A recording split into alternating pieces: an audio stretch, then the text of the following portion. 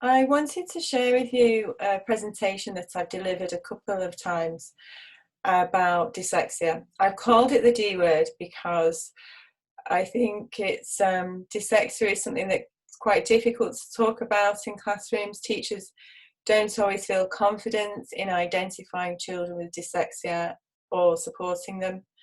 And this is made worse by certain local authorities that don't acknowledge dyslexia, making it very difficult for schools to have policies around it.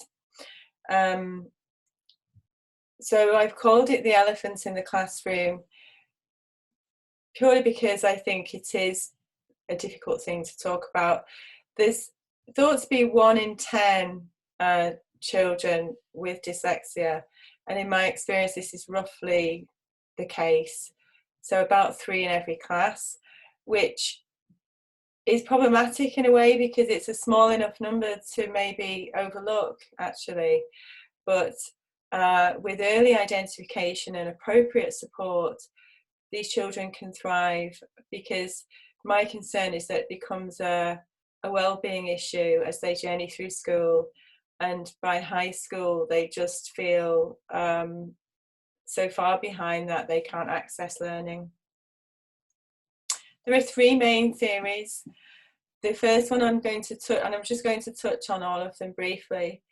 The first one is the phonological deficit theory, put forward by Margaret Snowling, and it's the one which is most strongly associated with dyslexia, and in many definitions such as the BDA and the Rose Report, they refer to this phonological difficulty or deficit, which is a difficulty linking phonemes and graphemes.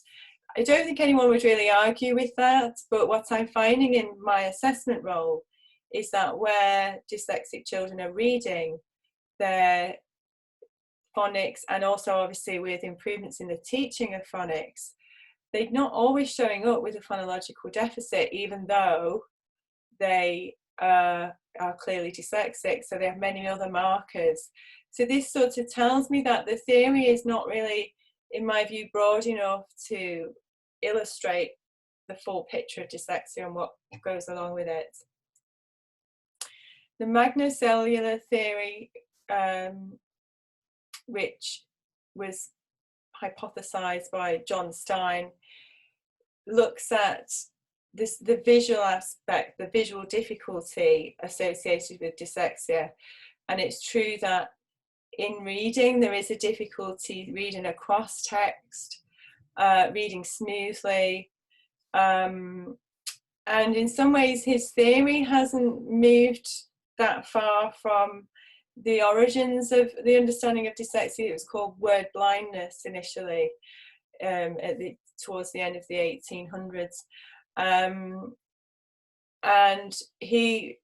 John Stein points to the magnocells, their size and number being irregular. Since his theory was first put forward, he's expanded it beyond purely a visual issue to do with the auditory processing of sounds and even coordination, and which starts to bring his theory in line with the next one I discussed, which is the cerebellar theory. And the cerebellar theory looks at the role of the cerebellum, which is involved in coordination. It's also involved in speech. And for me, this theory is useful because it helps us to consider all those other aspects of dyslexia, such as difficulties acquiring procedural skills, and they would be things like handwriting, and actually even with reading there's an element of a procedural skill. A procedural skill typically involves a physical aspect, and it might be something that you would practice over and over to a level of what's called automaticity, and that means where we can do something without thinking about it. And this really doesn't happen in writing for dyslexics. It's whilst they can acquire the skills, it needs longer to embed, and and there's always conscious effort, which places a great cognitive burden on them. So whilst the instruction of reading is much better, and I'm seeing lots of dyslexic children reading now and enjoying reading, the difficulties are coming through much more in writing, actually handwriting, but also written expression. It's sort of finding the words and expressing themselves. So for me, the cerebellar theory really broadens out an understanding of dyslexia to perhaps a more apt picture that you might see in the classroom. The Morton and Frith framework is helpful in my view, because people often talk about different types of dyslexia. For me personally, I've worked with a lot of children, and I see a lot of similarities, more similarities than differences really, and I'm quite a fan of this notion of considering how the environment impacts and interacts with dyslexia. Dyslexia is highly responsive to the right support and early enough.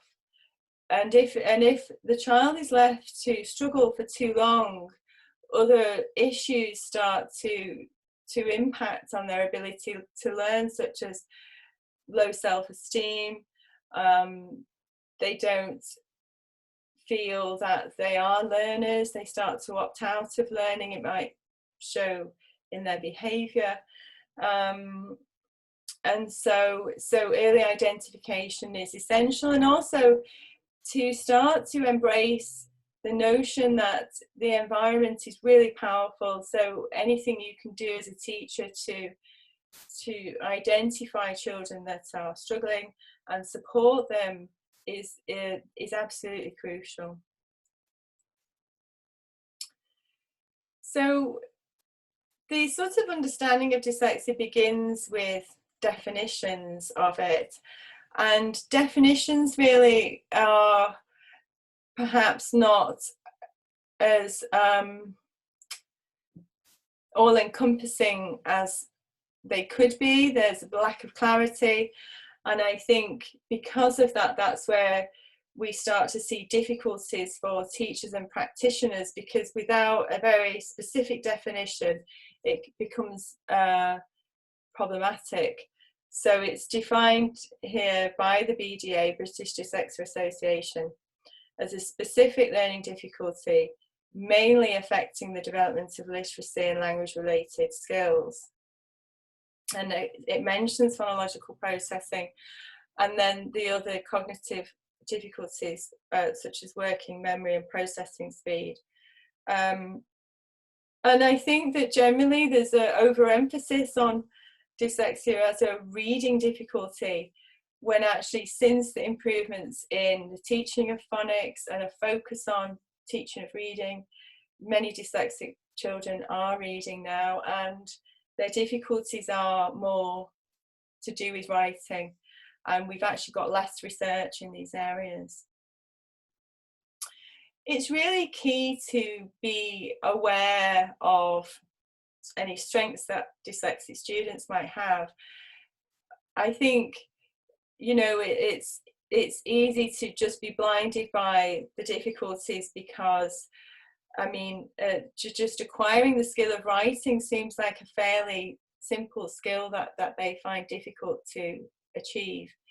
But actually getting underneath those difficulties, it really, if you get to know the child and start to connect with how they're thinking, then you will start to see strengths. They're very good at being able to visualize and to use the mind's eye in their learning. They're good at seeing how ideas are interconnected, and if you can teach in that way, that's going to help them remember as well.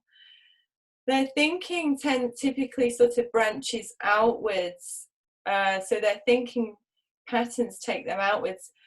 And that this is really tricky when they're writing a story, because they will just go off on a tangent without a very solid plan that's in front of them and even then they might find it difficult. So they might write very long rambling stories because their thinking is it branches out rather than focusing in.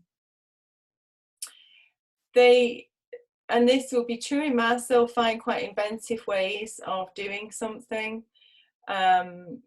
So it's really good to ask them why they chose to do a certain way. How did they get that answer? Because if it's an incorrect answer, you might just find a novel, inventive way that they got there, made a small mistake along the way, but you might start to see their strengths in that subject.